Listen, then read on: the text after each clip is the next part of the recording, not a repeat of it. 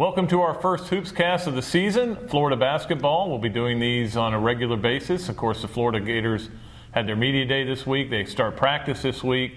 And even though it's football season, certainly basketball getting cranked up. I'm Pat Dooley, the Gainesville Sun. Kevin Brockway, who covers the Gator basketball team, joins me. And Kevin, just seeing that team yesterday, it almost was like interviewing a high school team. I mean, I'm not saying a maturity level, but just physically, not a very big team. A lot of freshmen, a lot of sophomores, a lot of young guys. It's, when you lose what you lost. I mean, really, you take a look at last year, you think about what a luxury it was to have a 6'11 guy, Noah, a 6'8, 250-pound guy, Chris Richard, a 6'9, 240-pound guy, Horford.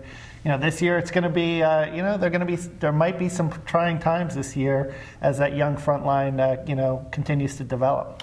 Yeah, the thing about it is I think down the road they'll be back, because when you put together the class they've got coming in next year with this class, I mean, it's going to be good. But this year could be a struggle. I mean, they've scheduled so it won't be too much of a struggle.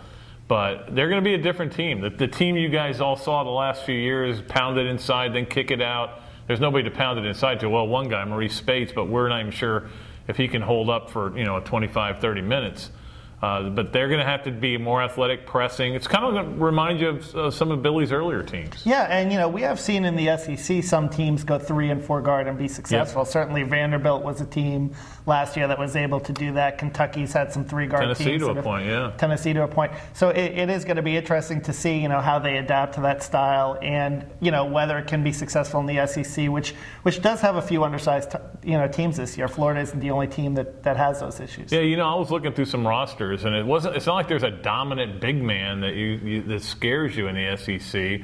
And I'm not sure to me the conference was, here's Florida, here are a couple other teams, and it kind of was like this.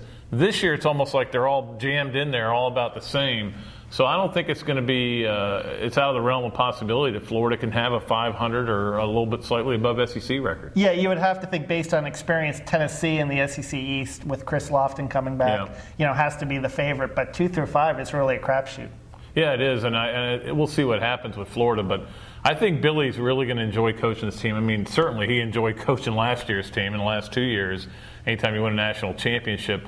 The stress level, though, especially with last year's team expected to repeat, was there. I think this is going to be more fun for him with a young team just kind of starting from scratch. There's going to be a lot more teaching involved, certainly, when you're dealing with that many freshmen, and certainly freshmen in the backcourt that have some abilities. Guys like, Nick Calathis and Jay Lucas are 2 guys that were McDonald All-American point guards, but they are freshmen, and they are going to have to be kind of learning on the go. Then you have, some big guys, Chandler Parsons, Alex Tyus, and Adam Allen from Milton. That's more of a swing man, but you have 5 guys there that certainly have ability, but they're going to have to, go through some growing pains, and they're going to take some lumps.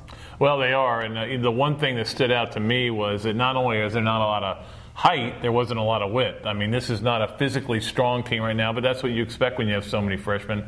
The one guy that I thought did look like he had improved physically was Jonathan Mitchell, who looks really cut, and there's a guy, if you go back, and the comparisons to 2 years ago are ridiculous, okay?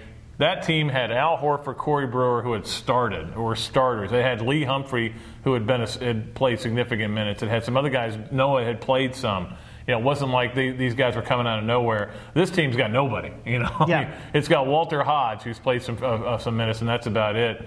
But at the same time, there's certainly, I think, the expectation level is going to be different, because there isn't a lot of physicality to this team. It's not strong. It's going to have to build that up. Larry Shai was telling me that Chandler Parsons gained 17 pounds, but he can't see any of it. So, I mean, it's going to take a while for this team to get built up. Yeah, I think definitely, strength is a big issue, and you wonder how they're going to rebound, when you have and Werner just hold up for 30-something games. Werner and Mitchell, who are both 6'7", that are going to be, they're going to have to be very creative at that end of the basketball, certainly defensive rebounding and offensive rebounding.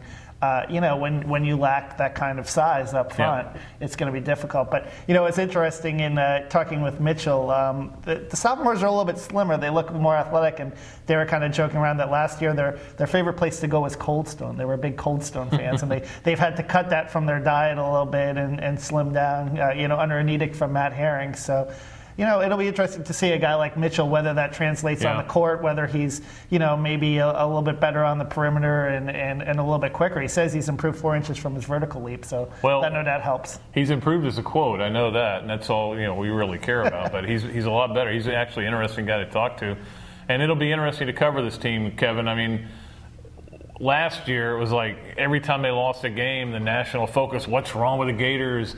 Is there girlfriend issues? Or what's going on? This year, the spotlight's off of them, and I think that's going to allow them just to kind of grow up in the the kind of a miniature petri dish that is Gainesville, Florida. Yeah, and there's going to be a little bit of a honeymoon period, I think, with this team too. You know what I mean? They're not going to have the same expectations as last year, and certainly I think what will be interesting is when they go to Ohio State, because don't forget Ohio State.